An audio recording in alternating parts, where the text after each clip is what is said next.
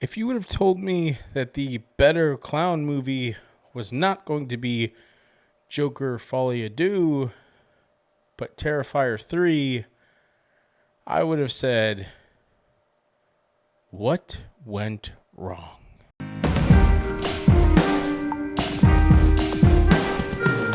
Spoopy season continues on its track as Terrifier 3. Finally, I have gazed my eyes upon this creation. This is a film series that I really just started watching this week. So let's go through the categories and give it a score. First, acting. Now, one of my main talking points about Terrifier 2 compared to Terrifier 1 was the fact that they pretty much upgraded in every single category that I base my ratings on, and acting being one of them. Now, when it comes to this film, well, yeah, there's actually a huge improvement. From the starting sequence, you definitely get the sense that the budget is higher, the quality of actors has definitely increased. The kids in the first sequence are better than most actors in the first film. But you do have Lauren Lavera returning as Sienna, fighting off against Art the Clown, who of course is still played by David Howard Thornton. You do get a few cameos of people who were in the second one here and there, but overall the entire cast is actually pretty impressive. Now, like I said with the second film in the series, you're not going to get any award-winning performances here. You're going to get this kind of mixed bag, as I'd call it. But this film actually kind of takes a step forward and isn't really a B movie or a bad movie with, B-list actors. Yeah, there are actors who aren't going to jump off the page when it comes to their casting, but their performances are equally as great. There's one sequence, and I won't get into spoilers here, that's in a bar, and the first half of it is so hilarious and so funny, and the acting is just done incredibly well by the men who are in it. Of course, those people are going to be Clint Howard and Daniel Roebuck, and they give a little life to the film and a little bit of brightness in a very, very dark, twisted story. And then, of course, you do get Samantha Scafidi returning as Victoria for her third entry into this franchise, and she is absolutely crazy in this film. You do get that sense that she's something else entirely than what she used to be, and she plays it pretty well in my opinion, but there's nothing that completely jumps off the page where you just went and had your breath taken away like some films can do. So with all that being said, I'm just going to give it a half a star out of 1. This one was really tough because a lot of these categories I kind of want to lean to 1, but I just can't because I know that there are a lot better performances out there this year, or a lot better things this year that relate to these categories. So at this moment, we're just going to give it half a star out of 1. Now let's talk about the visuals of the film, because the visuals are such a key component when it comes to gory horror films.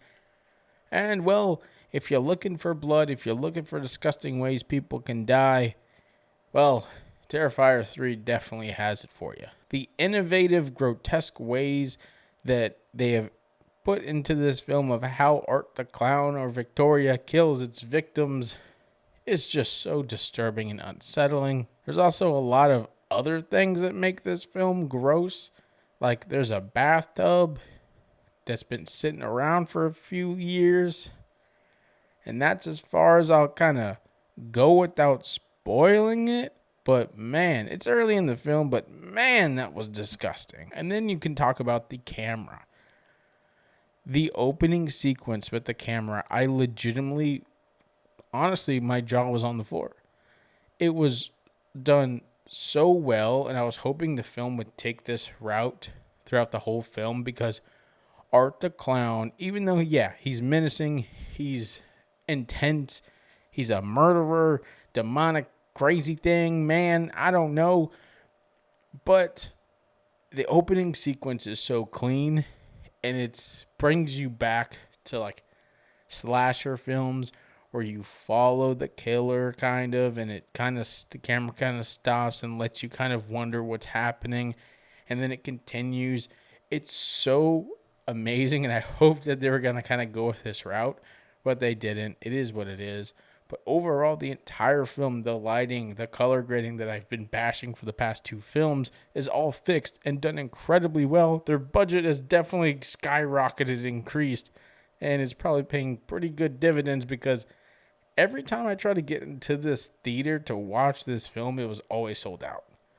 Always. Now, my biggest complaint with this film is going to probably be the overall scope of lighting, because it definitely feels like they either shot it on film, which is possible, or they didn't have enough light to fill into certain scenes, which caused the actual look of the film to be a bit grainy. If that's what style they were going for, I like it kind of, but at sometimes it gets to the point to where stuff looks out of focus and looks pretty rough.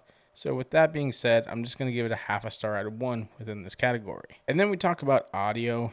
Audio hasn't really improved too much. You still get the Art the Clown theme that I've mentioned in the past two films.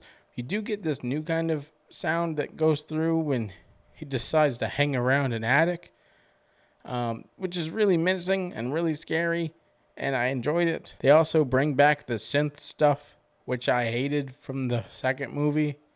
I hated that part of it, but they brought it back, and I didn't like it in this one either. There's also a moment that happens with a certain character in which, if you've seen Annihilation and there's that bear thing, you know what I'm talking about. They kind of play into a certain thing towards the end of the movie, and it's frightening as hell, and it's scary, and it's disturbing. The sounds of blades crashing into people's bodies and slicing them up, the blood squirting out, it's gross, it's disgusting, but it works. But again, with a terrible score overall that doesn't fully just get me in awe, it relies so much on the other past films where I kind of wanted it, because this film definitely starts taking different directions in where they're going. Like 1 and 2 were so 3 could run, right? They walk so this one could run, and they really struggle with trying to pretty much kind of separate and get away from it. And with that all being said about the audio and trying to get away from the synth crap that I just hate, I can only give it half a star out of 1 within this category. Oh boy, did I praise the story in 2, not knowing what I was about to get into 3, because yeah, the lore has expanded once again. You understand Art the Clown as an entity now. You understand what Victoria has to do with it. You understand what Sienna has to do with it. You understand what Sienna's dad has to do with everything.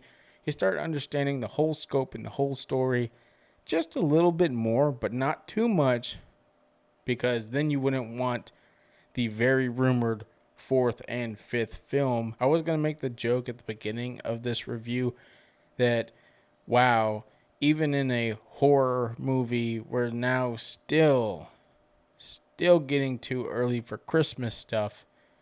And also the fact that this now can compete with Die Hard as the best Christmas movie of all time. But the lore is explored a lot more. The trauma that Sienna went through with the second one, as well as her brother, their trauma in trying to fix themselves and move past what happened in the past. The obsession from people around them that aren't, related to them about the whole thing. The biblical implications, but also parallels that it tells within its story.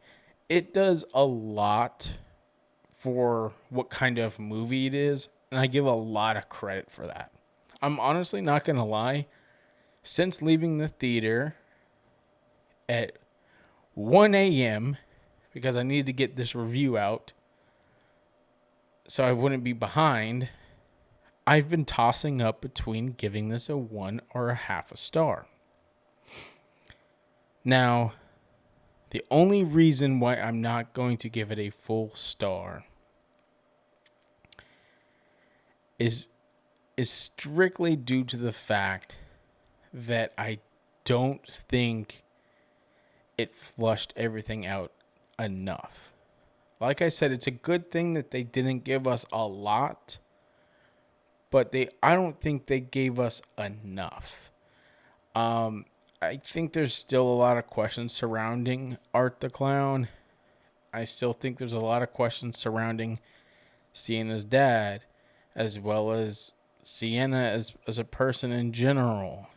And now I'm trying to wrap my head completely around everything and going, it's taken you 3 movies to get to this point, but if there are 2 left, right, you have to explain a lot more.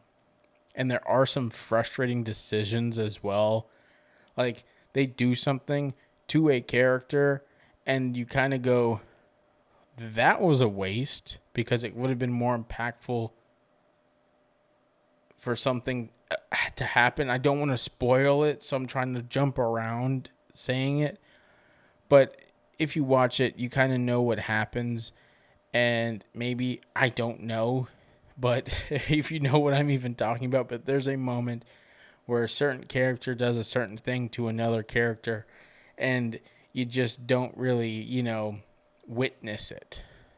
And it kind of sucks that you don't witness it, because it should have been a bigger moment. But with that being said, I'll give it a half a star out of 1 within this category. Enjoyment, honestly, this was my favorite of the franchise. There's a lot of people who are very half and half with this. Some people absolutely love this and think it's better than the second one. Some people think it's worse than the second one. Some people even think it's worse than the first one. And for those people, I say, no way. This movie is easily the best of the 3 by far, baby. The character growth, the character decisions for the most part are so much more entertaining. The kills, more entertaining. Art the Clown is menacing. Victoria is psychotic. There's so many factors in this film that makes me appreciate it a lot more. Terrifier 1, I had to stop about 40 minutes into it because I kind of got bored of it, to be honest, because I wasn't digging in the no story element to it. Then I picked it back up. Terrifier 2, I sat and watched the whole thing from start to finish, but I wasn't glued. 3, glued. Straight glued. And it was almost a sold out theater. I was sitting almost in the front freaking row of this theater at a damn 10:30 showing at night. It sucked. My neck hurts. But man, was I glued. With that being said, the fact that I was glued to the screen, that I didn't take my eyes off of it, and I was hyper focused onto the film. Congratulations, Terrifier series. You get your first full star. Enjoyment category, 1 out of 1. Send me those flowers, baby. So if you're keeping track at home, Terrifier 3 gets 3 stars. I think it's a mediocre movie.